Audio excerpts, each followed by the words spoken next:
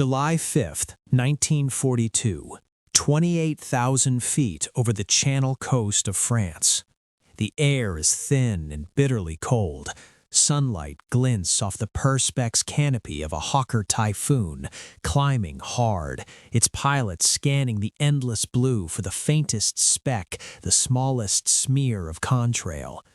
Below, the patchwork of occupied Europe is a silent map. In the cockpit, the engine's deep-throated snarl vibrates through the airframe, a constant, powerful tremor in the pilot's bones. He is flying one of the most potent, most powerful piston-engine fighters ever built by the Allies, and he feels utterly, dangerously exposed. This is the Typhoon's cruel paradox. Born in the fire of the Battle of Britain, conceived to outclimb and outgun the FW-190, it is a beast of raw power. Its Napier Sabre engine, a complex 24-cylinder sleeve valve monster, promises over 2,000 horsepower, a figure that makes Spitfire pilots envious. Its frame is thick, brutish, built to withstand tremendous forces. 4 20mm Hispano cannons mounted in the wings can shred any Luftwaffe fighter in seconds. But up here, at the fighter's promised kingdom of high altitude, the beast is suffocating. The pilot's eyes are not just searching for the enemy, they're flicking to his instruments, dreading a telltale plume of white smoke from the cowling. The early Sabre engines are temperamental, prone to sudden catastrophic failure from sleeve valve seizures. Carbon monoxide, a silent, creeping killer, is known to seep into the cockpit from faulty exhaust manifolds. The Luftwaffe pilots they hunt have already given the Typhoon a nickname, der gefährliche Fehlschlag, the dangerous failure. And then, the structural flaw. A whisper of vibration, a sudden bang at the rear of the fuselage. The entire tail assembly, the empennage, could fracture and tear away. Pilots have died not from enemy guns, but from this hidden weakness. In the mess, they speak of it in hushed tones. You don't just fly the Typhoon, you negotiate with it. Now imagine you are that pilot. Your hands are tight on the stick, your neck aching from the constant swivel. You've been lured into a climb to intercept high-flying Junkers reconnaissance planes, but the Focke-Wulf 190s are there, waiting. They know. They always know. The 190s, elegant and agile, roll in from the sun. Your Typhoon feels what it is up here, a lumbering bull. The controls stiffen in the thin air. The roll rate is sluggish. The FW-190 pilot, Oberleutnant, with 5 kills already painted below his canopy, doesn't see a deadly interceptor. He sees a target. He sees an hässlicher Riese, an ugly giant. He closes fast, his aircraft a scalpel to your broadsword. You firewall the throttle, and the Sabre roars in response, a sound of pure, furious anger. But the 190 simply climbs away, effortlessly, contemptuously. It's a race you were designed to win, but cannot. The engagement is broken off. You turn for home, the bitter taste of engine coolant and frustration in your mouth. The intelligence reports from intercepted German signals are unequivocal. They ridicule the Typhoon. They consider it a non-threat. Back at the RAF base in England, the aircraft is poured over by frustrated engineers and grim-faced commanders. The losses are unsustainable. The promise is being buried in a graveyard of mechanical faults and tactical failure. In Berlin, Luftwaffe intelligence files the Typhoon away as a solved problem, a noble but flawed British experiment. But in a cluttered office at RAF headquarters, a group of men stare at performance charts, not of the Typhoon's ceiling, but of its low-altitude speed. They note the incredible strength of its wing. They trace their fingers over the devastating armament of the cannons, and they begin to ask a dangerous, heretical question. What if we sent this apex predator down into the mud? What if its greatest failure, its inability to climb with the eagles, was the very key to unleashing it as a wolf among the sheep? The air in the briefing hut is thick with pipe smoke and skepticism. It's late 1942, and the pilots of No. 181 Squadron, many of them survivors of the Typhoon's harrowing high-altitude debacles, listen with expressions ranging from curiosity to outright disbelief. The man at the front isn't talking about intercepting bombers. He's pointing to maps of northern France, to roads, rail yards, and radar installations. He's talking about flying at 0 feet. He's talking about rhubarbs and rangers, low-level fighter sweeps and intruder missions over enemy territory. The order has come down. Strip the Typhoons of their role as interceptors. Forget 30,000 feet. Your new ceiling is the treetops. Your new enemy isn't the FW-190 in a turning fight. It's locomotives, trucks, pillboxes, and flak guns. And for this, you will be given new tools. The first change is visceral. Ground crews wrench the 4 20mm cannons from the wings. In their place, they sling heavy, blunt-nosed 60-pound rocket projectiles under each wing, 4 per side. The aircraft sags with the weight, its already stout frame seeming to hunker down like a brawler loading his fists. Other Typhoons are fitted with 2 500-pound bombs, then later a 1,000-pound payload that makes the undercarriage groan. This is no longer a fighter. It is something new, something raw, a fighter-bomber. The pilots run their hands over the rocket rails, a mix of awe and apprehension. They are being asked to reinvent the airplane and themselves. The training is brutal and unforgiving. They fly so low that the propeller blast whips the tops of English hedgerows into a green fury. They practice identifying the silhouettes of German tanks, the Panzer IV's blocky turret, the Tiger's long, terrifying 88mm gun from a blur at 300 miles per hour. They learn the gut-churning art of skip bombing, racing towards a target at wave-top height, releasing a bomb so it literally skips across water or ground into the side of a ship or bunker. And through it all, there is the sound. At altitude, the Typhoon's Napier saber was a distant thunder. At treetop level, it becomes the voice of God. The complex sleeve valve engine doesn't whine or scream like a Merlin. It produces a deep, chest-pounding, rhythmic brah that is felt before it is heard, a vibration that travels through the earth. A German soldier in a coastal bunker in Normandy, hearing it for the first time during a cross-channel raid, would write home, "It is not an airplane sound. It is the sound of the sky being torn apart." The Luftwaffe initially pays little attention. These are just nuisance raids, they reason. The ugly, failed fighter is now a clumsy bomber, barely worth their elite pilot's time. Let the flak gunners deal with it. But the flak gunners are finding the Typhoon a devilishly hard target. It comes in fast, so fast, appearing over a hill or tree line with no warning, the roar of its engine arriving a split second before the aircraft itself.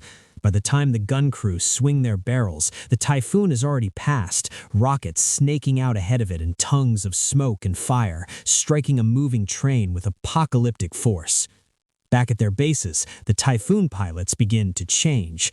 The fear of structural failure and engine seizure is still there, but it's tempered by a new, grim confidence. They are no longer chasing an elusive, superior enemy in a realm where they are weak. They are masters of a new, violent domain, the deck. They own the mud. And with each successful raid, a new identity is forged. They are no longer failed interceptors. They are becoming Tiffy pilots, a nickname born of affection and respect for the machine and the men who wrestled it. Yet, this is still a proving ground, a dangerous experiment. The command wants to know, can this reborn beast hold its own if the hunters become the hunted? Can it survive when the Luftwaffe's eagles are finally forced to stoop down into the mud to confront it? The answer would come not over the fields of England, but over the skies above a place called the Beaumont-le-Roger airfield, where a young lieutenant in a pristine Focke-Wulf 190 would make a fatal, arrogant mistake and learn the truth the hard way. April 24th, 1943, 1300 hours, near the village of Beaumont-le-Roger, Normandy. Lieutenant Erich Schneider of Jagdgeschwader II, Richthofen, banks his Focke-Wulf 190A4 over his own airfield with a sense of proprietorial calm. The sprawling complex of hangars and runways below is a bastion of German air power in France. From here, his Geschwader has harried Allied shipping and bombers. His aircraft, polished and lethal, feels like an extension of his own will. Today, the radar posts have reported Nadelstiche, pinpricks, low-level intruders. Probably those clumsy typhoons again, he thinks. A job for the flak. Then he sees it, a dark, thick-set shape, impossibly low, flashing between two hangars at over 350 miles per hour. It's gone in an instant, but the sound hits him a second later, a visceral, ripping brrrr that seems to shake the very canopy of his 190. It wasn't a bomber's drone, it was a declaration of war. His head swivels, heart pounding. There, a second Typhoon, rising like a phantom from a hedgerow at the edge of the field, its wings flickering with muzzle flashes. Not rockets this time, but its 4 reclaimed 20mm cannons hosing a deadly stream of fire into a line of Junkers U-88 bombers. Explosions blossom, one after another, in a slow-motion chain of fire and shredded metal. Schneider doesn't think, he reacts. This is his domain, his home. The arrogance born of the Typhoon's high-altitude failure floods back. He shoves the throttle forward, noses over, and dives to intercept. This is a mistake. He is abandoning all his advantages, descending into the Typhoon's world. In the cockpit of the Typhoon, Flight Sergeant Jack Collins doesn't see the 190 at first. He's focused on the carnage, on keeping his aircraft steady through the turbulent heat blasting up from the burning U-88s. His wingman's voice crackles in his ear. "Bandit, 6 o'clock high, coming down like a ton of bricks." Collins doesn't climb. He doesn't try to turn and duel. He obeys the new doctrine. He slams the throttle through the gate into emergency power, and the Napier Sabre responds with a furious, torque-wrenching surge that pins him to his seat. He keeps the nose low, skimming the deck, using the terrain as his shield. The Typhoon's true talent awakens. At under 1,000 feet, its speed isn't just good, it's untouchable. Schneider, committed to his dive, is stunned. The gap isn't closing, it's holding. The bulky, ugly aircraft is pulling away from him, a gray-green blur eating up the Norman countryside. He feels a cold trickle of doubt. He's now at treetop height himself, hurtling at suicidal speed, his attention torn between the fleeing Typhoon and the deadly geometry of church spires and poplar trees. He squeezes off a speculative burst of 20mm cannon fire. The rounds fall hopelessly behind.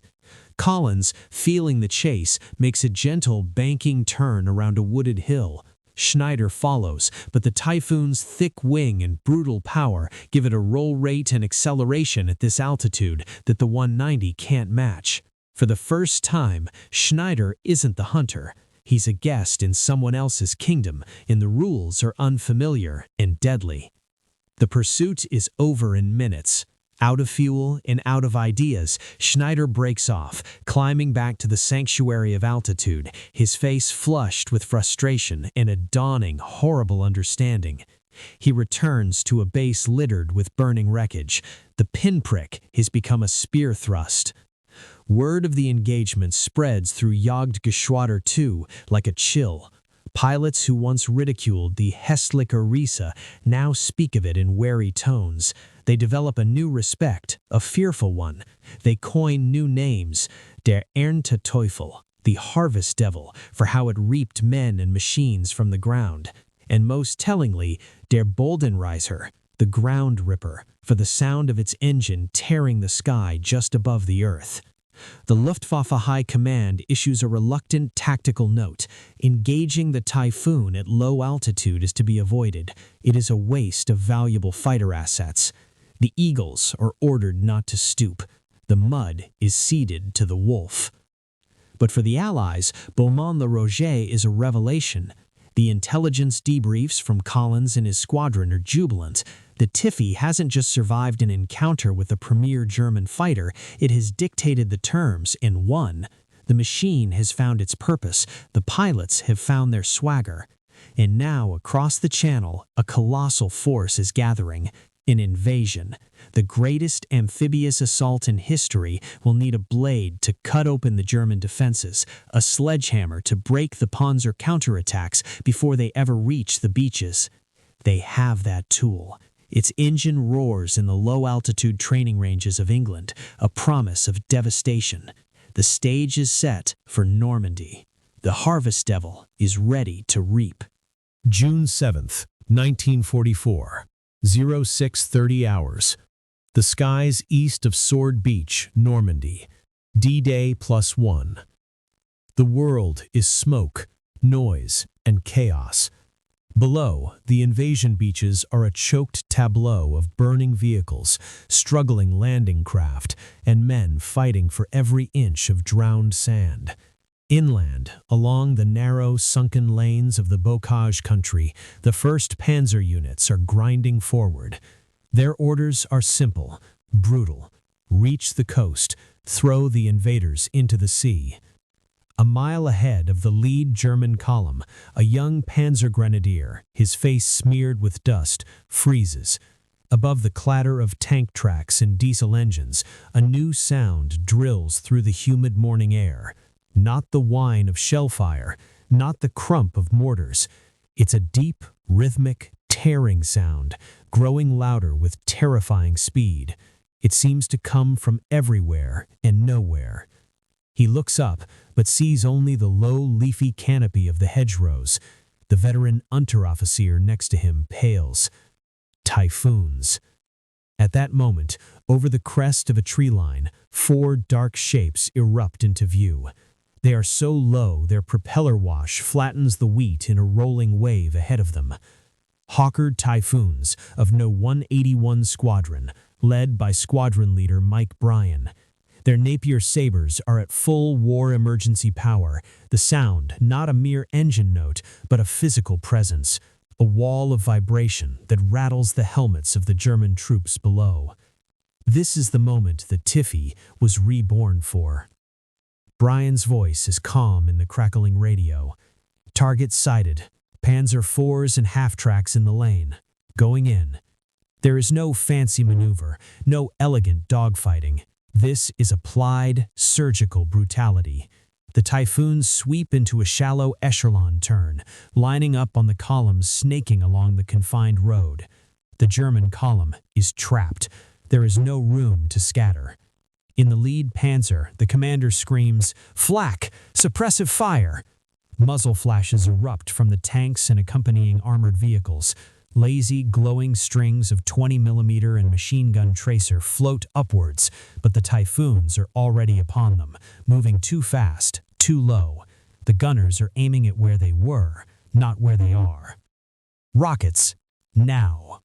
On each Typhoon, a shudder runs through the airframe as the first pair of 60-pound rockets releases.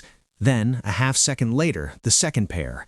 8 aircraft, 32 rockets, streaking ahead in flat, terrifying trajectories. For the men on the ground, time distorts. The roar of the engines is replaced by the shrill, converging whistle of the projectiles. The impacts are cataclysmic. A Panzer IV vanishes in a globe of orange fire and black smoke as a rocket strikes its engine deck. A half-track is lifted off the ground and thrown onto its side. The high-explosive warheads aren't designed to penetrate the thickest frontal armor of a tank. They are designed to obliterate everything else: tracks, road wheels, sensitive optics, and the men exposed beside them. The lane becomes a hellscape of secondary explosions, burning fuel and shrapnel. The Typhoons don't linger. They sweep over the devastation, their cannons now chattering, hosing the chaotic scene with 20mm shells that rip through thin-skinned vehicles and infantry. In less than 30 seconds, the attack is over. The roar of the engines recedes as quickly as it came, leaving behind an eerie, ringing silence broken only by the crackle of flames and the cries of the wounded. The Unteroffizier, shaken but alive, stares at the wreckage of the column. The road is blocked. The attack is broken before it even began. He understands now. The sound they heard wasn't just an engine, it was an announcement. It was the sound of air superiority, not at 30,000 feet, but at 30. It was the sound of the Allied Air Force reaching down from the sky and placing an unbreakable hand on the shoulder of the German army, holding it in place. For the next 2 months, this scene repeats itself hundreds of times across the Normandy front. At Mortagne, where Typhoons slaughtered the panzers of Operation Lüttich, Hitler's desperate counteroffensive.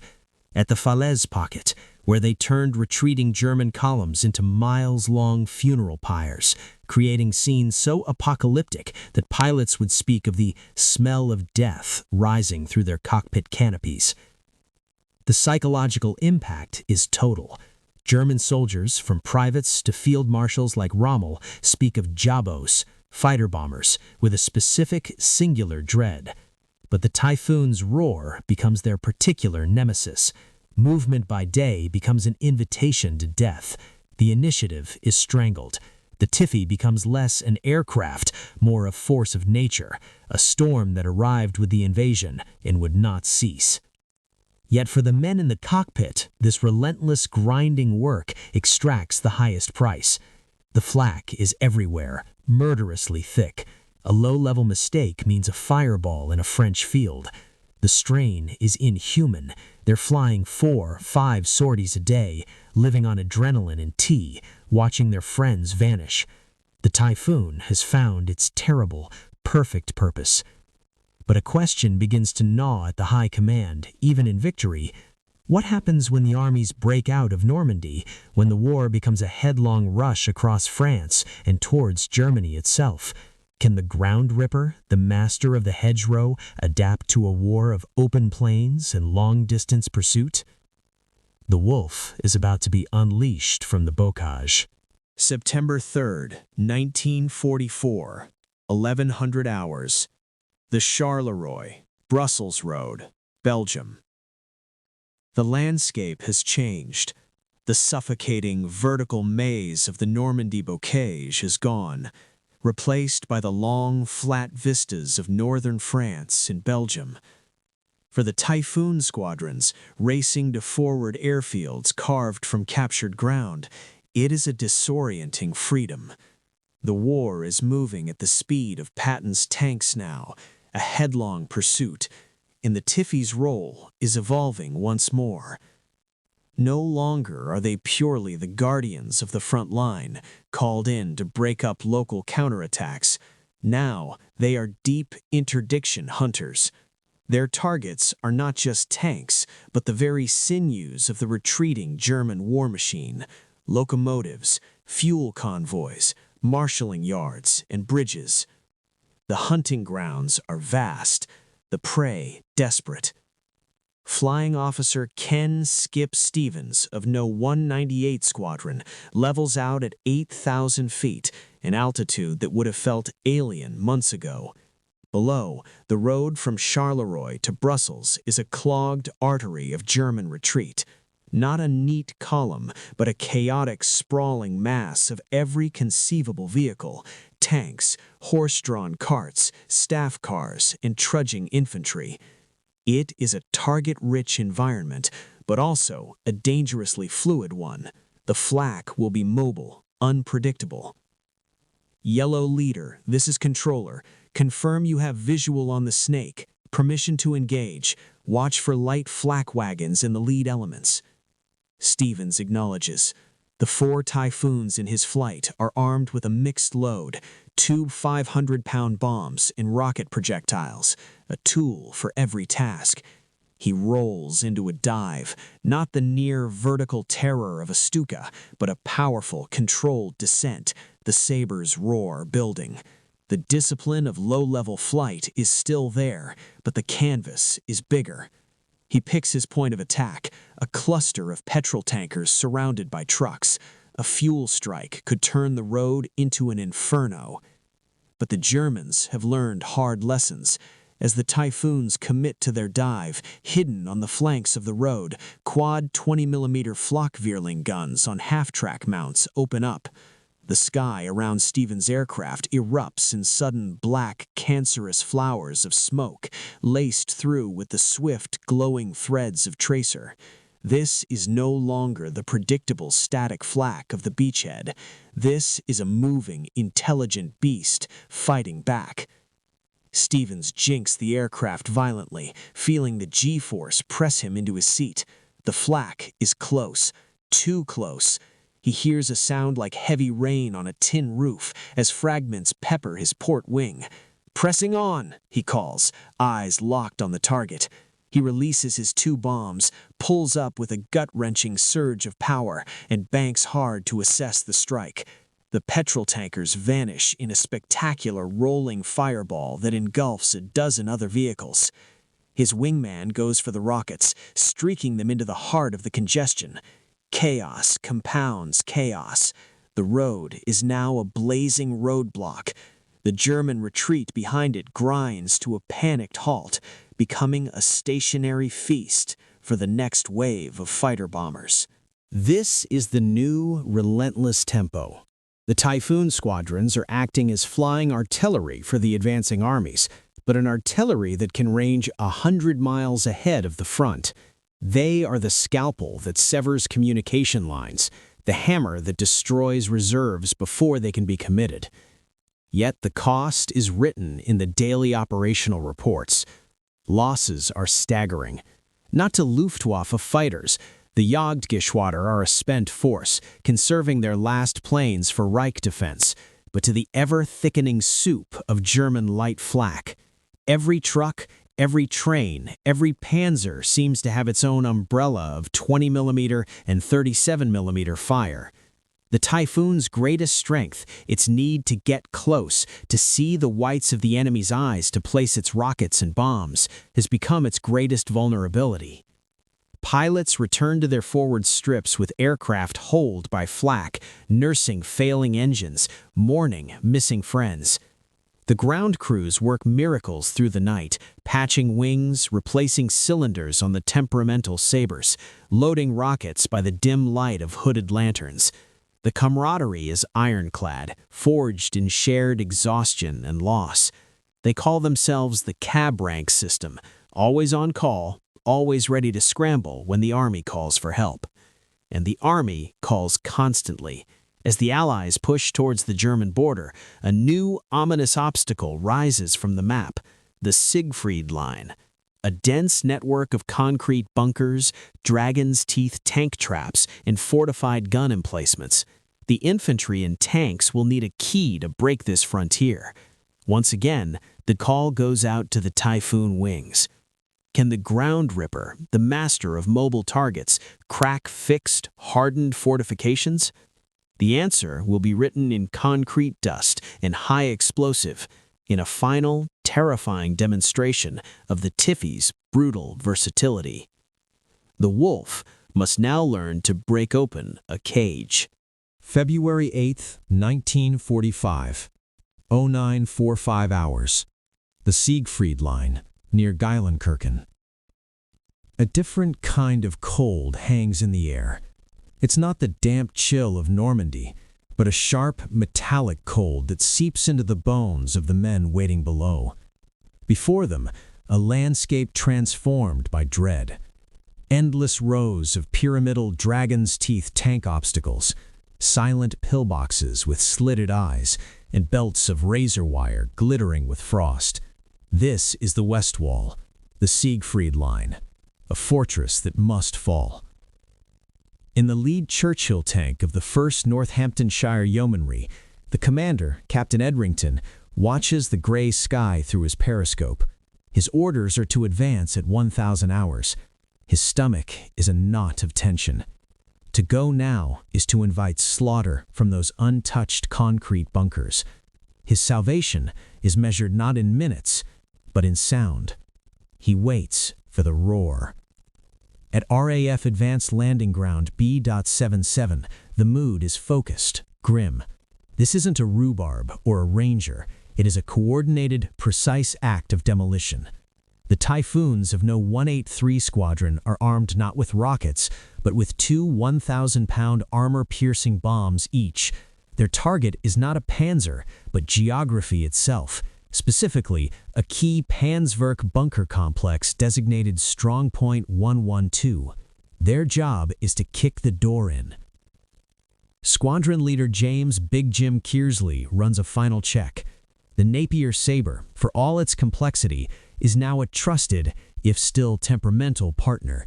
The engineers have tamed the worst of its gremlins. The airframe, stressed by thousands of low-level hours, is weary but strong. He leads his flight of 6 aircraft into a sky the color of old slate. They do not fly at treetop level. For this work, they need a steep angle of attack. They climb to 10,000 feet, circling behind friendly lines, a prowling pack. Down below, Captain Edrington hears the first distant thrum, a vibration in the air. He keys his radio. "Sunray here. Stand by. Tiffys are inbound." In his cockpit, Kearsley gets the call from the ground-based Rover David controller, a forward air officer embedded with the infantry.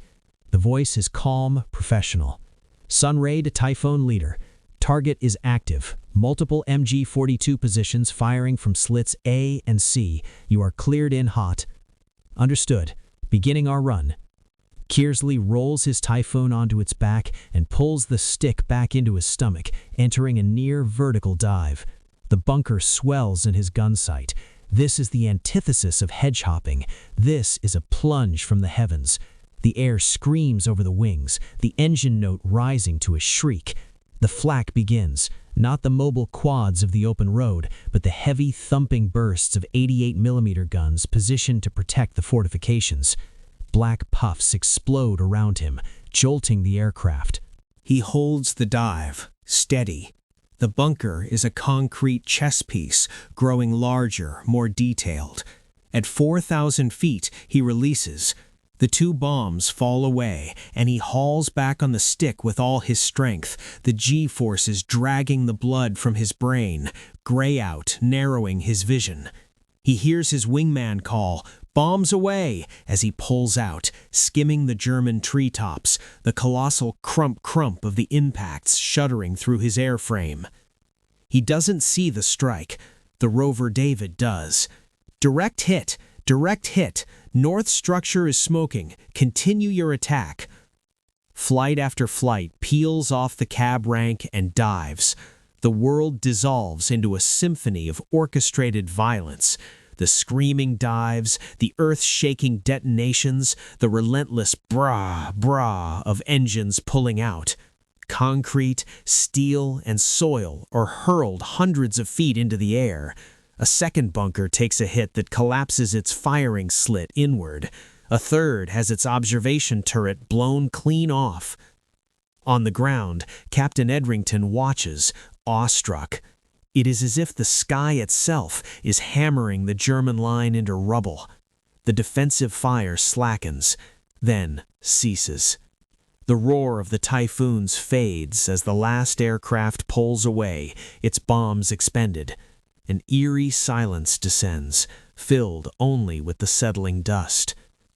"Sunray to all units," Edrington transmits, his voice thick with adrenaline. "Advance, the lane is open." The Churchill tanks grind forward, clanking over the shattered dragon's teeth, past the smoking, ruined bunkers. They meet only dazed, surrendering infantry. The fortress has been broken from above. For the Hawker Typhoon, this is its final, definitive act. It has transitioned from failed interceptor to tank buster to deep interdiction hunter, and now to siege weapon. It has done everything asked of it, at a terrible cost. By war's end, the Typhoon force will suffer some of the highest loss rates of any Allied aircraft, a somber testament to the hellish space it was asked to dominate.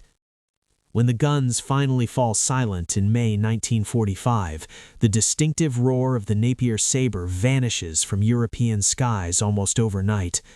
The Typhoon is not a graceful peacetime aircraft. It is a creature of war, built for a specific, brutal purpose that is now past. It is quickly retired, overshadowed by its more glamorous successor, the Tempest, and the coming Jet Age. But for the German soldiers who heard it, and for the Allied troops who prayed for it, that sound was never just an engine. It was the audible arrival of salvation or doom. It was the sound of the Allied advance made manifest, a deep, roaring promise that no German formation was safe, no fortress impregnable, no retreat secure. It was the voice of the storm.